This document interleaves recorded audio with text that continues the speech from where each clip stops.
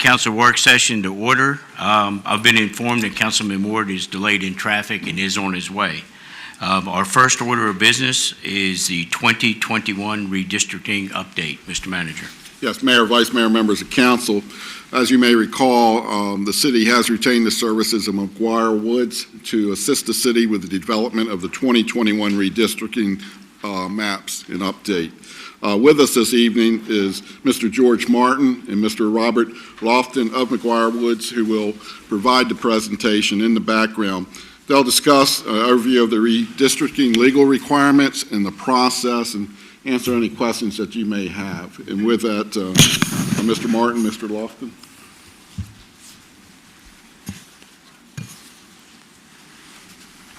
If you don't mind, I'm going to take this off just to speak for a few. And by the way, I've received both doses of the vaccine. Good evening. It's good to be here. Before we begin our presentation, I'd like you to indulge me for a minute just to congratulate our newest member of the judiciary. And it's been a pleasure working with your attorney, who has been just a wonderful ally.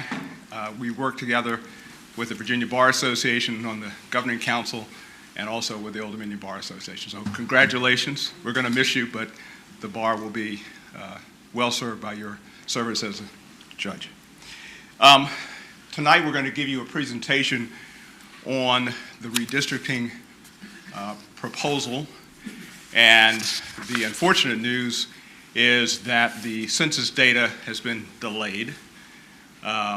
And Mr. Lofton, my colleague, has a PowerPoint presentation that he's going to present to go into a little more detail.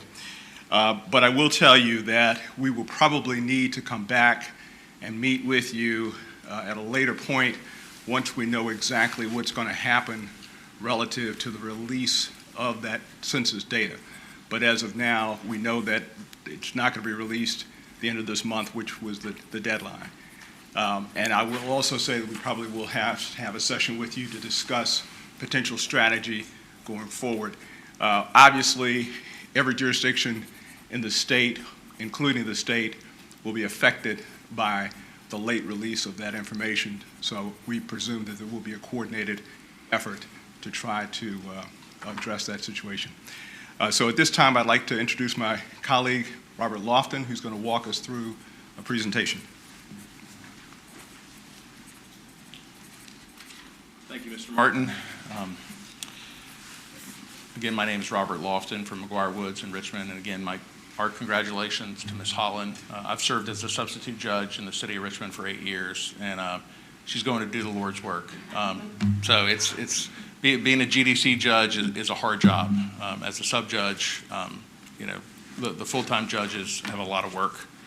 But as Mr. Martin alluded to, what we want to do is just provide a brief overview, two prongs to our presentation.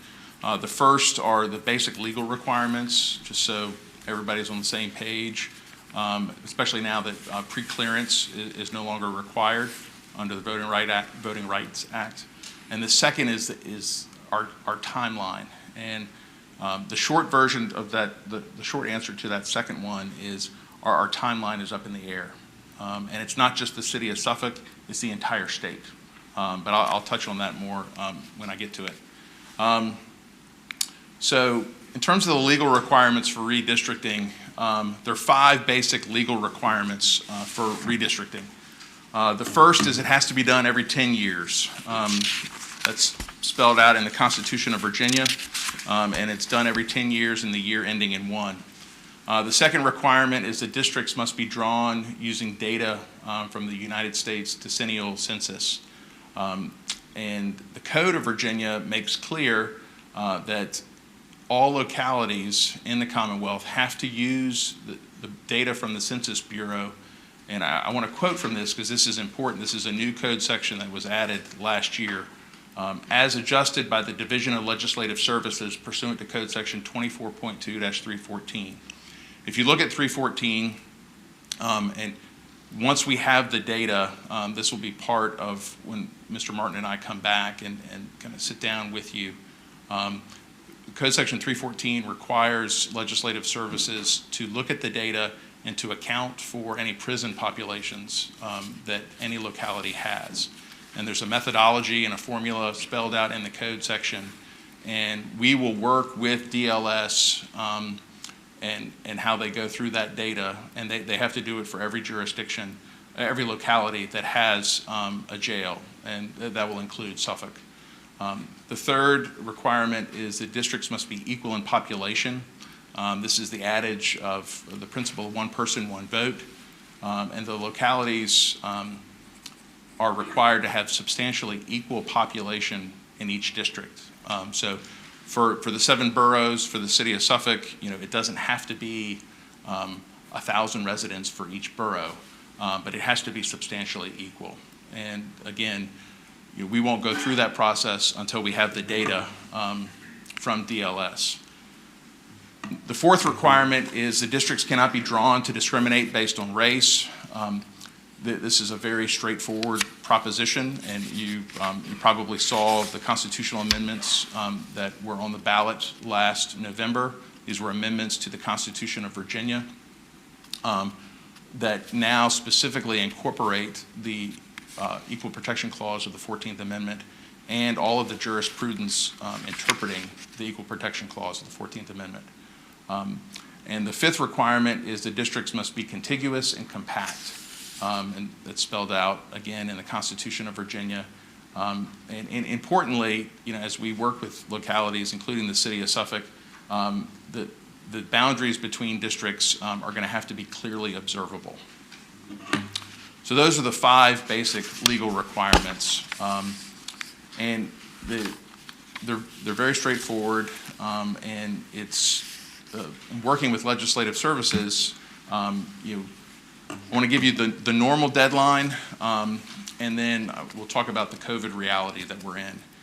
Normally, by federal law, by public law 94-171, which is called Public Law 94 data, the Census Bureau is supposed to provide data to each state by March 31st. In Virginia, under Code Section 24.2314, DLS is supposed to take that data. They have 30 days to adjust it and to do the formula accounting for prison populations in impacted localities that have prisons, and then get it to the locality.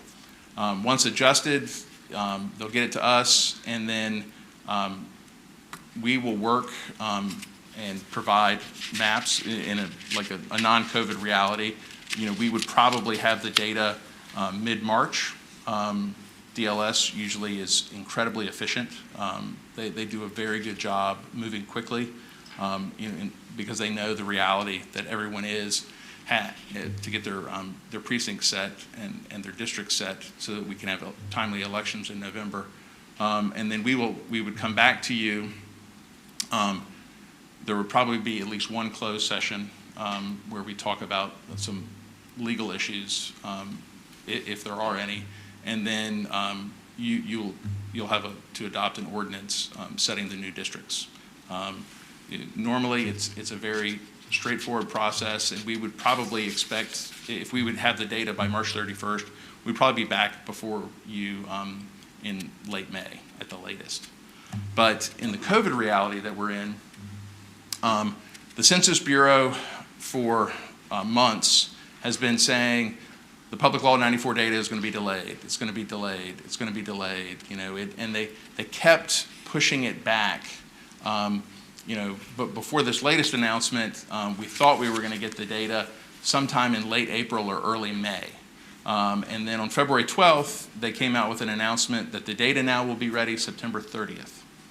And so obviously with elections in November, that puts us in a very, very tight window. And that's just the reality of where we are. And the Census Bureau has in their press release, I quoted it here in the slide deck. They're saying that due to COVID and due to the shutdowns in COVID, they have not been able to do all of their work in DC, because they haven't been able to collect all the data that they've needed to in a timely manner, and then they haven't been able to process it in a timely manner. So we have had conversations with DLS for several months now, been tracking this for you, and candidly, right now, no one knows exactly what's going to happen. I don't want to beat around the bush on that. And the good news, or the silver lining to this, is the city of Suffolk is not alone. Every locality is impacted by this. The General Assembly elections that are to take place are going to be impacted by this. And candidly, the statewide elections for the governor, the lieutenant governor, and the attorney general are going to be impacted by this, because localities are not going to be able to set their precincts until they have this data, and they can, all localities in Virginia, do their redistricting. So we are in a bit of uncharted territory. The entire Commonwealth is. And so Mr. Martin and I we're on top of this and talking with DLS and some folks in the General Assembly. And as we get more information, we will, of course, I know Ms. Holland is leaving, but we'll make sure to keep Mr. Hutchins involved. And so that is the very brief overview. That right now we're in a holding pattern until we get more information from DLS as to when we will get the data. And so with that, I'm happy to answer any questions that you may have. Comments? Hands, Vice Mayor? Yes, on the jail population, I know we have people that will be from different localities, Franklin, Suffolk, Isle of Wight. Would you have to know that where they live, or will it be counted in Suffolk because they are jailed in Suffolk, housed in Suffolk? Sorry, I'm sorry, sir. Are you asking for the methodology that? Yes, how's that methodology works? So the prison population has already been reported to, or the prison jail population has already been reported to DLS. And so then what they will do is they will take the data that they have received from each jail penitentiary, and then they will go back and compare it to the data that they've received from the Census Bureau to make sure that, because there will be discrepancies. Because the part of it is they're going to be shifts, because the data that was reported to the Census Bureau was last year. DLS will have a little bit more up-to-date data from each respective jail, and then they go through and they look based on, like, where, let's say, John Doe, was before he was incarcerated. Where was his residence? And then they will look and see how the Census Bureau counted him, and then how the jail logged him in as where was he a resident of prior to his incarceration. And so there'll be areas within Suffolk where the population is going, some areas the population will increase, some areas the population will decrease based on how each inmate has been accounted for. Does that make sense? Yeah, okay. Yeah. So, yes, sir. Go ahead, finish. No, and DLS, I will say, in talking with them, they do a very good job taking the data from the Census Bureau and then taking the data that they've received from each jail and figuring out, how each inmate is to be counted. And they move very quickly on that. And and I've had conversations with them. I said, look, Suffolk has, you're going to have to do this adjustment for the city of Suffolk, and they're very aware of it. So, they will move quickly. And if there are any issues, that will be something that we will apprise the city council of at any subsequent meeting. My other question will be on drawing the maps. How many are you going to be recommending to bring to council to take a look at? And the reason I'm asking that is that in the past, I know there were some issues about mapping and the number of maps that was presented to council. Yes, sir. I want to, so in terms of answering that question, I want to be mindful. One, we're in an open session, and so that Okay. potentially touch on Okay. a possible litigation issue. All right, I understand. And so Don't answer anything that, Well, we- yes. I want to put that, I just want to be clear. Okay. It's like Harry Truman's adage about wanting a one-handed economist, because he was tired of people speaking out of both sides of their mouth. So I just want to be clear with you, like, the short answer to that question is, it is going to depend on the data. okay, And it will depend on how the population has shifted in the city of Suffolk, if there have been any shifts. And then, based on the 5 legal requirements, we're going to look at the data, and then we're going to see whether and how there have been shifts. And then we will come back to you and say, here's what the data is saying. And in all likelihood, from that, we'll say we may only have a scenario where there's one alternative. Or it could be a scenario based on the data and how, the legal requirements. We could say, well, we may have 2 alternatives for you. But right now, we do not know. okay. Does that answer your That question, answers sir? the question. Okay. Thank you. I was taken care of. He answered. He answered everything I needed to know. Good, thank you. Any other questions? Thank you very Council? much. Don't go anywhere yet, I got one. Yes, sir. They don't count, I got to go last. Just a couple of questions for you. During your presentation, I noticed, you mentioned the even population split within the boroughs. Is it still correct that there's a 5% variance allowed one way or the other? Is that the guideline? Because I know it can't be exact. Well, I don't think of it in terms of a number, because the legal requirement is substantially equal. That's what and when you look at the federal court decisions, that is the requirement, is it has to be substantially equal between the 7 boroughs. So I think some people would give a number, 5%. I think that's what it was last time. That's Right. at our last census. Yeah. We And- did 5% or less. Well, yes, sir. And that is a rough number, but part of that is going to depend on what the data says in terms of how the population has grown. And it's also going to, based on the legal requirements that I talked about at the first part of the presentation, part of the analysis is going to be the racial demographics of the population and the racial demographics of the population growth. So we have to look at all of those factors.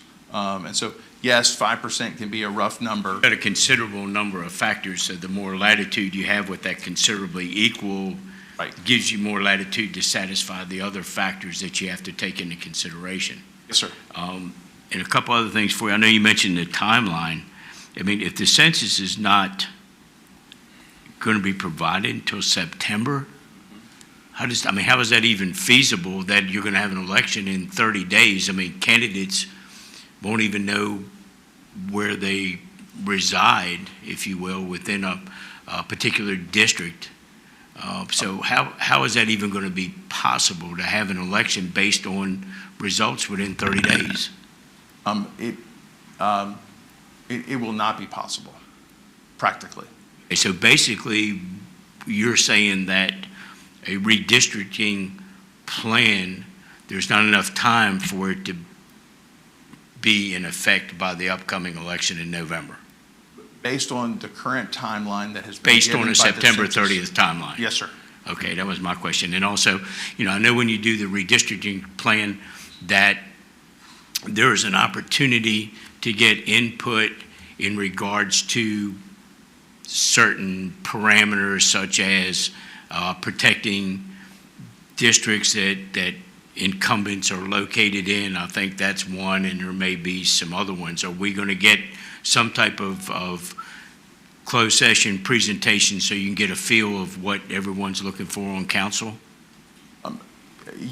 Yes, sir. We do plan to have closed session meetings where we talk and make sure that the council members are aware of the data and the data in light of the legal requirements that we have to adhere to. I think the data is one thing, and then the options that are afforded would be the other. So here's the data, here are the options, give Yes, us sir. some input. And then Yes, sir. that way, us speaking to our constituents and having an idea of what we want to do, we can relay that to you. That way, the maps that come back will have already address those considerations and hopefully streamline the process. Yes, sir, we very much plan to do that. I think for everyone to be fully aware of, this will be we will have to move quickly. And it will not just be the city of Suffolk. It will be every locality in the Commonwealth, as well as the newly created Redistricting Commission that is going to do the General Assembly districts and the districts for the House of Representatives. So it is going, I think we should all look at this that, if we don't get the data until September 30th, and I hope and pray we get it a lot sooner than that for everybody's benefit. But let's say we get the data on September 30th. The month of October is the entire Commonwealth is going to be moving as quickly and efficiently as it can to get the redistricting done. So, I mean, just to be clear, you will probably see, as soon as we get the data, we will advise the city manager, Mr. Hutchings, and we will be back to sit down with you because we want to make sure council is aware of it. We're very mindful that you have responsibilities to your constituents, and we would, if we have to, we'll come back for another public meeting to say here's, to lay everything out so that the public is informed because we want that. But I think we also need to be clear that the month of October, we will have to be moving quickly. Did I answer your question, sir? Yes, sir. Thank you. One question for you, and I just want to piggyback off of what the mayor just asked you Yes, sir. in relation to the timeline. Let's suppose it does happen September 30th, and you're telling us we're going to move quickly to get this thing through before the November election, which is, to me, is going to be, like you said, it may be kind of impossible for it to be ready to roll for the November election. So we would, am I assuming that all things being said, if that happens, this election in November would roll basically the way it is now, and it would pick up in the following elections in the following out years? I think, to answer your question, sir, I'm happy to stay for the closed session at the Okay. end of this. If it's a closed session issue, I'll just leave it at that. Yes, sir. We're not sure where the boundaries are here between open and closed session here. So Yes, sir. if I ask a question, then I'll just hold that question for a later time. Yes, sir. Yeah, I was just going to add, we will obviously have conversations with others within the state and develop strategy to deal with this issue because it's going to affect everybody, and as well as the General Assembly. So we will coordinate in terms of strategy to see how to best handle that. Council, any other questions for Mr. Martin or Mr. Lofton? If not, thank you very much. We appreciate your presentation. You Thank you, have sir. a lot of work to do. Yes, Good sir. luck. Thank you. Okay, our next order of business are proposed solar farm requirements. Mr. Manager? Yes, Mayor, Vice Mayor, members of council, this will be a two-part presentation. This afternoon, Mr. David Hanley, the Director of Planning and Community Development, will give the first part, which will talk about solar farms and some new requirements that we're proposing, such as increased buffering items and screening. And Kevin Hughes, the interim Deputy City Manager, will talk about legislative acts or actions recently that affect solar farms. And with that, Mr. Hanley. Mayor, Mr. Vice Mayor, members of council, Mr. City Manager, as stated, I'm going to give you the where we're at now and where we would like to see some changes made in the solar regulations. Solar farms are conditional uses. They all come before you all. They can be located in essentially the three districts: the agricultural, the light industrial, or the heavy industrial. In the agricultural district, there's two parts, and they are governed by the comprehensive plan. There's an agricultural zoning district where rural agricultural is designated, and the rural conservation use is a district where we do not recommend them. Those are areas, I will say, like the good new judge lives in. That is a sort of a flex area where there's some utilities in there, and you can put RE zoning at a very low density and have it sort of a transition from the urban area into the purely agricultural area. We have some solar farms that have been approved. There are 3 shown on the map that are in various phases. The first one, which you all are probably familiar with, is the one out on 460. It's about 120 acres, and it's a 15 megawatt site. The next one is out on Hoosier Road. It's 159 acres on both sides of the road.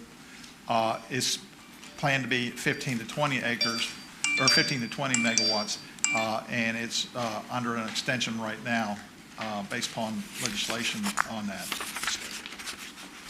It has not submitted a site plan or anything else to that. That's the only use that's been submitted for that. Next one is down on White Marsh.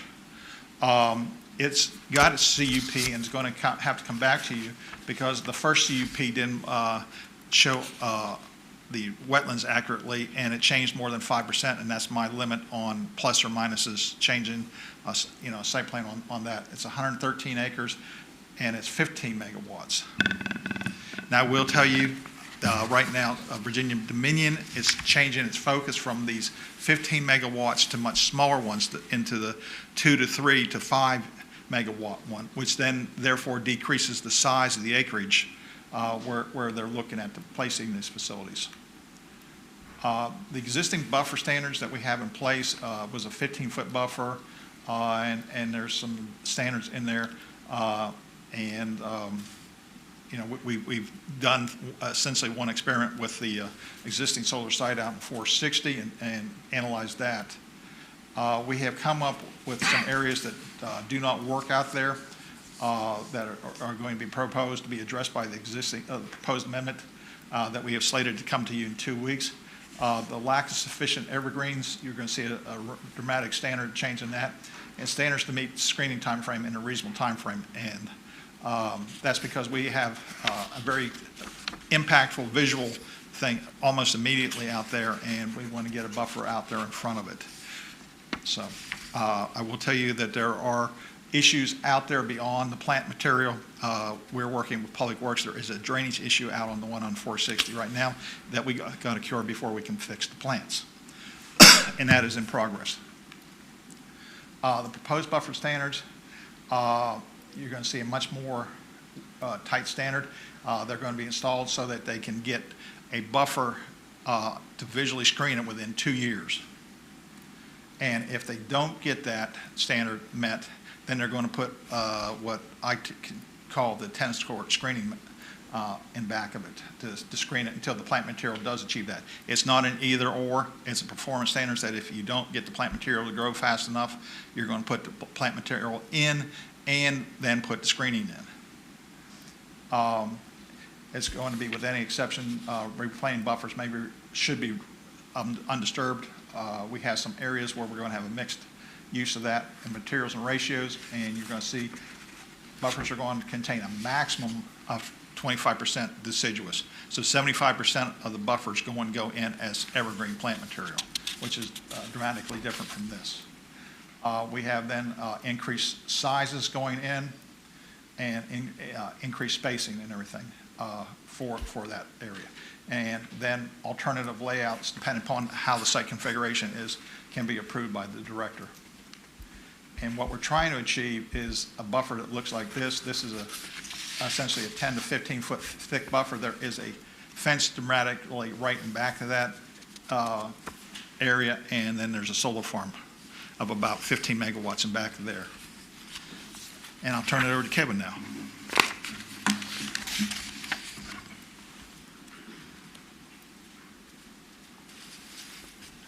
David. Good afternoon. So I'm going to walk you through a little bit of context and some action that the General Assembly had taken and updated through a few years. And so I'll start in 2014, where to encourage these type of developments, the General Assembly fully exempted solar power projects with capacity of 20 megawatts or less from the local M&T tax. That was then revised in 2016 to lower the exemption threshold for full exemption to 5 megawatts or less, but then they granted a 80% exemption from the local M&T tax for anything greater than 5, and that still is on the books today.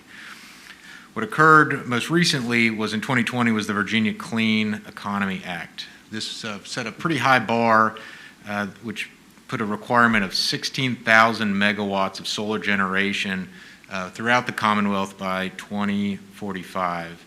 That's approximately 252 square miles of solar projects throughout Virginia. So from a visualization standpoint, it's almost two-thirds of the city of Suffolk. In order to achieve this goal, the opportunity to build some large-scale utility projects, which are generally speaking of 20 megawatts or larger, and you can kind of think about that to get 20 megawatts, generally speaking, in a clean shape would be about 100 acres. So the balance has been kind of teetering back and forth, not fully towards localities, but a touch. So one of the things that occurred last year was that there were 8 rural counties that came together along with the city of Richmond and formed the Rural Solar Development Coalition. Most of these counties are out pretty far in the western part of the state, and they were seeing a lot of interest from large, like really large, 100-acre or 100 megawatt requirements, taking up some pretty large requirements, and obviously there's a lot to chew on within those localities to make decisions. So 3 things kind of came out of this thing. The first one, which we're taking a hard look at, is the revenue sharing bill. And what it does, I mentioned that 80% M&T exemption. So you can do that, or you can, the locality can adopt a revenue sharing ordinance. And what that revenue sharing does is allows you to capture $1,400 per megawatt, $1,400 per megawatt moving forward on solar facilities.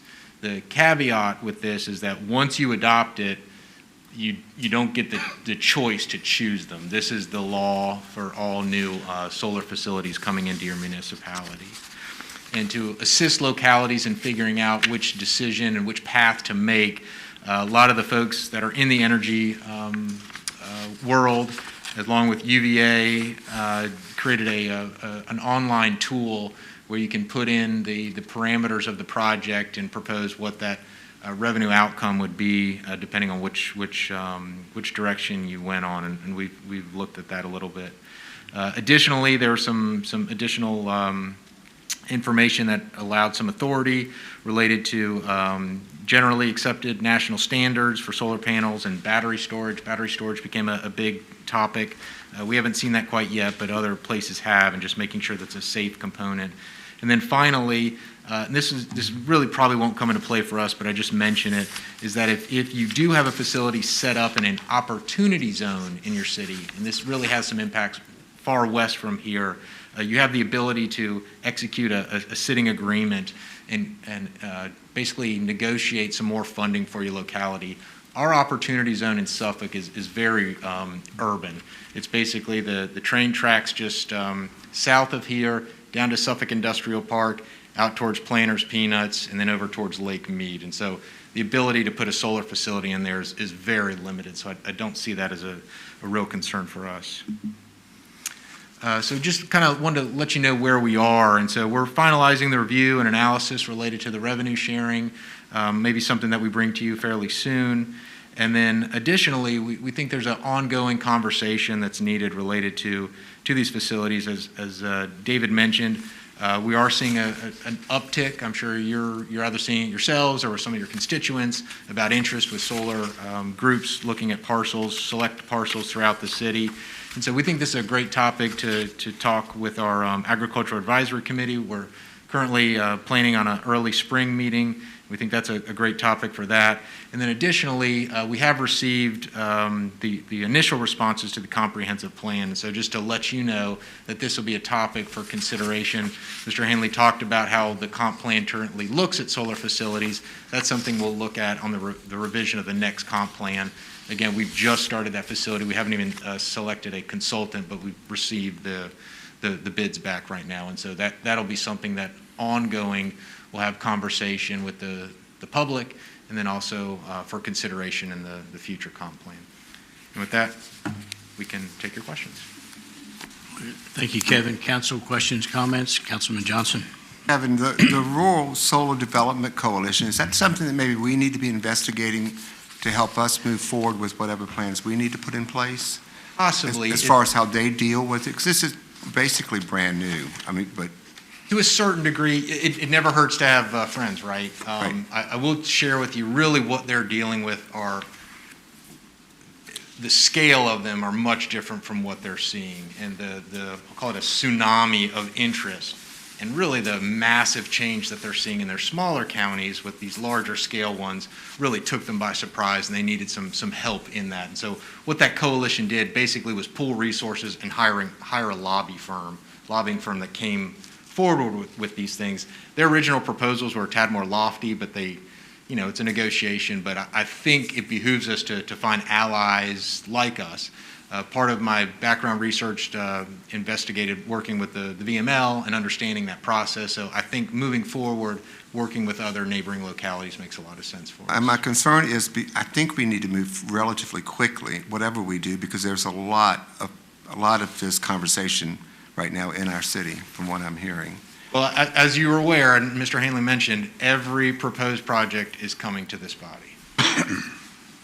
Thank you. Mr. Hanley, one question about the changes we're going to make to the present. Will this affect the solar farms that are already in existence as far as requirements for the buffers? We only have one that would be grandfathered. That's the one in 460, and we're working with them to redo their landscaping plan and their grading plan and everything else out there to improve that standard. They're willing to do that because it doesn't Yes. live up to our standards, correct? Yes. Okay, and We've then my had other conversations. question was with the new planting and the new plant materials and all of these things, and I know you're doing this, but I just want to make sure that we are reviewing plant material and making sure that we're going to be asking them to put the right thing there Yes, as far as what's necessary to actually buffer that site. yes. That was my other question. And one other thing. How long do we actually have control over the site review? Once the buffer is planted, we can go back as a city 2 years later and say, this is not This right? is going to have a 2-year lifespan. But we have the right to go back and say, this is not what we're asking you for, Yes. you've got to review and do. Yes. And we have the authority to make it happen. Yeah, we're going to do that based on those performance requirements. Okay, that's my concern. All right, thank you. One for David. I just had one question, David, and this always gets in my crawl when I see the words. You showed one of the sites where the vegetation was pretty shabby. The fence line was wide open. But the one thing that I noticed in your writings is a reasonable time. Who and what do you consider a reasonable time plan for that? Because what's reasonable to you, is it reasonable to somebody else? And is it in black and white that you will do it in a set number of time, taking the reasonable time plan out of the play? Reasonable timeframe is defined in the ordinance as 2 years. You shall achieve buffering. So anything that happens to that vegetation has to be brought up to Right. standard within 2 years 2 years. of the actual And- Yes. CUP. And then if it does not meet the standards and you can see through to the solar facility, you will be required to place that what I call the tennis net up, the green to buffer it, and then still maintain the plant material into compliance. Yeah, and I think what Councilman Johnson just said, touched on, is sometimes they're planting materials that they put there are not going to grow. If they're not putting the right type of material in there to grow, we're going to come back to them within 2 Yes. years. That was part of our problem on 460, when it was planned and the landscape plan was prepared. It was not known that we were going to have the extent of water issues that we have out there on the site right now. Okay, thank you, David. Mayor, what's the penalty if they don't do it? We have the right, To shut them down? yes, sir, and revoke the conditional use. This body has that right to revoke the conditional use. Thank you. Vice Mayor? On the downsize and making them smaller and on acreage, is that going to be it's going to be where it will be into smaller areas like communities that not 100 and some acre farm, that they'll be looking at something with 15 or 20 acres or something like that? Yes, sir. That's the ones we've been meeting with recently on a staff level on our Friday morning sessions is the smaller ones. And they are getting in closer to developed areas because they have a much smaller area requirement as opposed to what Kevin alluded to, which is where they're trying to generate the 15 to 20 megawatts on 100 acres or so. Okay, because that will be some of my concern when you start getting it into neighborhoods. I can understand out in open areas, but when you start getting into neighborhoods, then I think that's going to create some problems. Yes, sir. You've got to have land and you've got to have a power connection available to these facilities. So they can't be totally, remote. You've got to have that ability to connect to the power grid in a fairly quick order on these things. Good. He answered it. Question answered? Councilwoman Barlow. Yes, the materials that you all presented this evening and the prior requirements for solar facilities in Suffolk, where can I find that to read more about it? It's in the Unified Development Ordinance. Okay. In the very end of section 7, if I remember right. At the very end. And then you will be getting a draft proposal for next week, 2 weeks from today's, on a public hearing for adoption of the new standards. Thank you. Yes, Mr. Hanley, just a question for you, just looking at it from a little different perspective. There appears to be a proliferation of solar farms, and now we have additional incentives for the localities. And I've done a little bit of research, and I think it'd be worthwhile for us to look into our ordinances. A lot of the localities, I was just looking at Bedford today, they actually have different regulations based on the size of the farm. They have small, I think they classified it small, large, and utility. And looking back at some of the presentations, the small solar farms that tied directly into the grid are much less objectionable, if you would, as some of the larger ones. And I think they were, I don't remember if it was kilowatts or megawatts, some kind of watt. The small ones were 1 or less, and the other ones were up to 999, and then the other ones were over that. So I think it would behoove us to look at that further, assuming that these are going to continue to come back to us. We're a very diverse city, as you know. I mean, we're capable of doing 200-acre farms, and then there will also be agriculturally designated property on maybe 20 or 30 or 40 acres. So I think it behooves us to be proactive and be able to not have a one-size-fits-all. So it'll open up opportunity, but yet at the same time, protect quality of life and that sort of thing for adjoining properties. The concern that we wanted to address is the smaller ones can be directly adjacent to residential uses. And that's why we went with the uniform buffer at this time. Right, and I understand why we're doing that, but I think we just need to Okay. have A, B, and C, and this is where you fall into, and because of the different requirements on those, like the smaller ones, they tie directly into the grid. There's not even any infrastructure requirements. They don't require water at all. They don't require sewage and some other things. So anyhow, I think it's something for us to look at. Any other questions? If not, thank you, sir.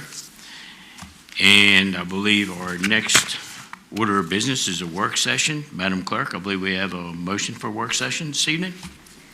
Item number 1, pursuant to Virginia Code Sections 2.2-3711A8 and A1, consultation with legal counsel employed by a public body regarding specific legal matters requiring the legal advice of such counsel, and the discussion, consideration, or interviews of prospective candidates for appointment, and the assignment, appointment, and performance of specific public officers or appointees of the city, specifically the appointments shown on the attached list for vacancies or term expirations for the Agricultural Advisory Committee, the Early Childhood Development Commission, the Economic Development Authority of the City of Suffolk, the Human Services Advisory Board, the Local Board of Building Code Appeals, the Suffolk Redevelopment and Housing Authority, the Planning Council, the Tidewater Emergency Medical Services Council, and the Wetlands Board. The Chuckatuck Borough vacancy on City Council and the appointment of an interim city attorney. And item number 2, pursuant to Virginia Code Section 2.2-3711A7, consultation with legal counsel and briefings by staff members or consultants pertaining to actual or probable litigation where such consultation or briefings in an open meeting would adversely affect the negotiating or litigating posture of the public body, specifically the matter of Checkatuck Volunteer Fire Department v. the City of Suffolk.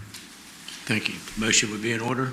So moved. Councilman Foster with the motion. Second. Councilman Goldberg with a second. Madam Clerk, please call the roll. Councilmember Butler Barlow. Yes? Councilmember Fawcett. Yes? Councilmember Goldberg. Councilmember Johnson. Yes. Councilmember Ward. Councilmember Williams. Yes. Vice Mayor Bennett. Yes. Mayor Duman. Yes. The motion is approved by a vote of 8 to 0. That concludes our work session, and we will reconvene at 6 PM.